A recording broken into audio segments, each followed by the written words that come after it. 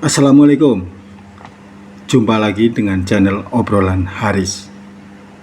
Setelah membahas bandit sosial dalam 3 episode, sekarang kita akan membahas tradisi unik yang ada di Banyumas, Jawa Tengah. Tradisi itu adalah tradisi gowokan, yaitu tradisi seorang cowok yang harus berguru selama beberapa hari kepada seorang wanita bagaimana menjadi pria sejati sebelum atau menjelang pernikahan.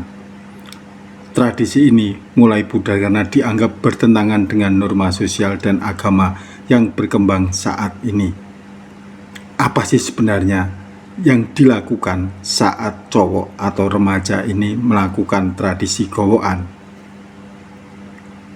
Tradisi gowokan ini sudah dimulai sejak kedatangan Laksamana Cheng Ho ke Jawa sekitar tahun 1415-an. Tradisi ini pertama kali dikenalkan oleh wanita asal Tiongkok, Gowok Niang, di daerah Banyumas, Jawa Tengah. Gowok memberikan pendidikan berumah tangga, termasuk di dalamnya pendidikan seks, kepada calon suami yang tengah mempersiapkan diri menuju jenjang pernikahan. Gowok Niang sudah melakukan diklat khusus untuk cowok ini sejak dirinya masih tinggal di Tiongkok.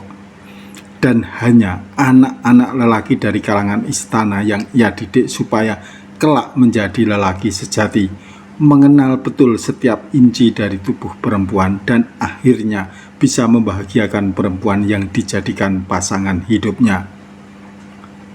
Dalam waktu yang tak lama, praktek tersebut pada akhirnya dikenal banyak masyarakat Jawa hingga menjadi tradisi di kemudian harinya. Tulis Eris Kuswara dalam buku berjudul Gowok, sebuah tradisi tabu yang pernah ada di masyarakat Jawa. Mengapa cowok perlu dilatih sebelum menikah? Minimnya informasi mengenai seluk-beluk kehidupan rumah tangga, serta pandangan bahwa membicarakan pendidikan seks merupakan hal yang tabu, membuat para orang tua khawatir anak mereka tak bahagia dalam berumah tangga. Kekhawatiran itu mendorong lahirnya gagasan agar laki-laki yang hendak menikah dididik terlebih dahulu oleh orang yang telah berpengalaman. Tugas untuk mendidik cowok atau calon suami dilakukan oleh seorang wanita yang dianggap memiliki pengetahuan yang cukup mengenai kehidupan rumah tangga. Wanita ini bertindak seolah-olah seorang istri yang mengajarkan kepada cowok yang akan menikah bagaimana menjadi suami yang baik. Wanita inilah yang disebut gowok. Qadri dalam buku berjudul Banyumas, Wisata dan Budaya yang disunting oleh Ahmad Tohari menyebut tak semua wanita dapat menjadi gowok. Tugas semacam itu merupakan keahlian tersendiri, tulis Qadri.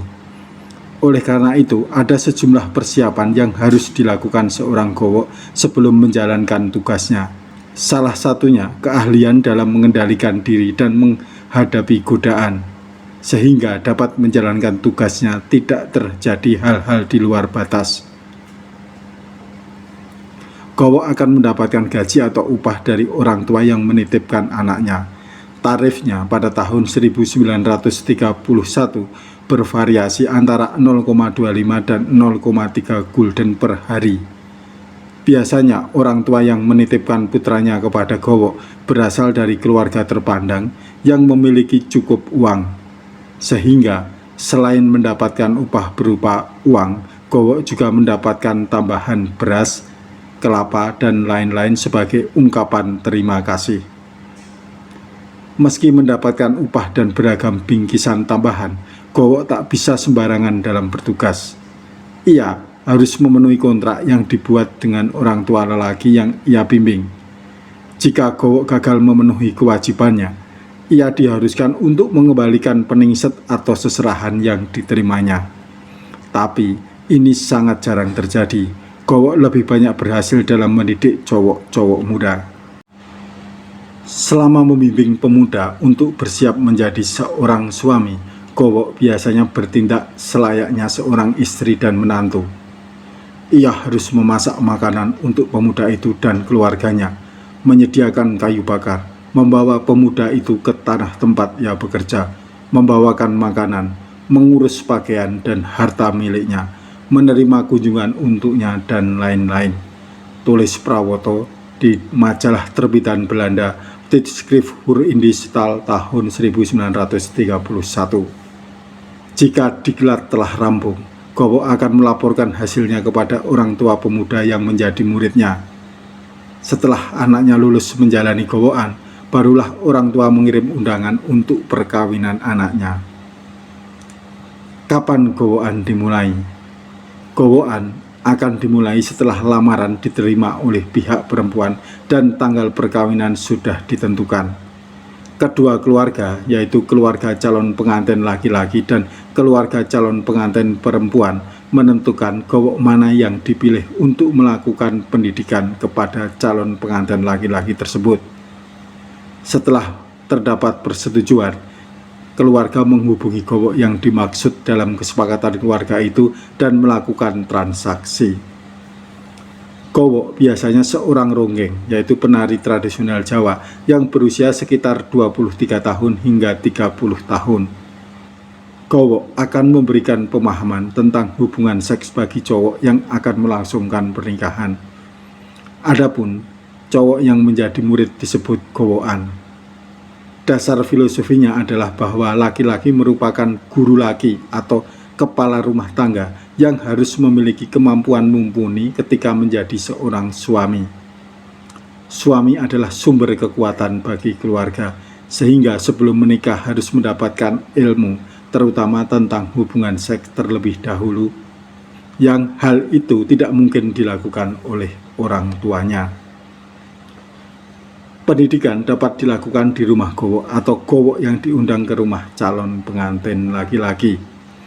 Seorang gowok akan memberi pelajaran kepada calon pengantin laki-laki tentang banyak hal yang berkaitan dengan kehidupan berumah tangga selain hubungan seks, seperti bagaimana cara memperlakukan istri dengan baik, bagaimana mengajak istri pergi ke undangan, dan sebagainya.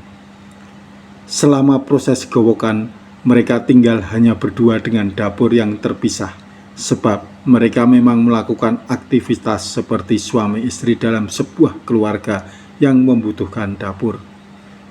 Masa pergowokan biasanya hanya berlangsung beberapa hari, paling lama 1 minggu. Satu hal yang menarik menyangkut tugas inti seorang gowok, yaitu mempersiapkan seorang laki-laki remaja yang akan menikah agar tidak mendapat malu pada malam pengantin baru. Sebuah sex education dalam arti yang sangat vulgar.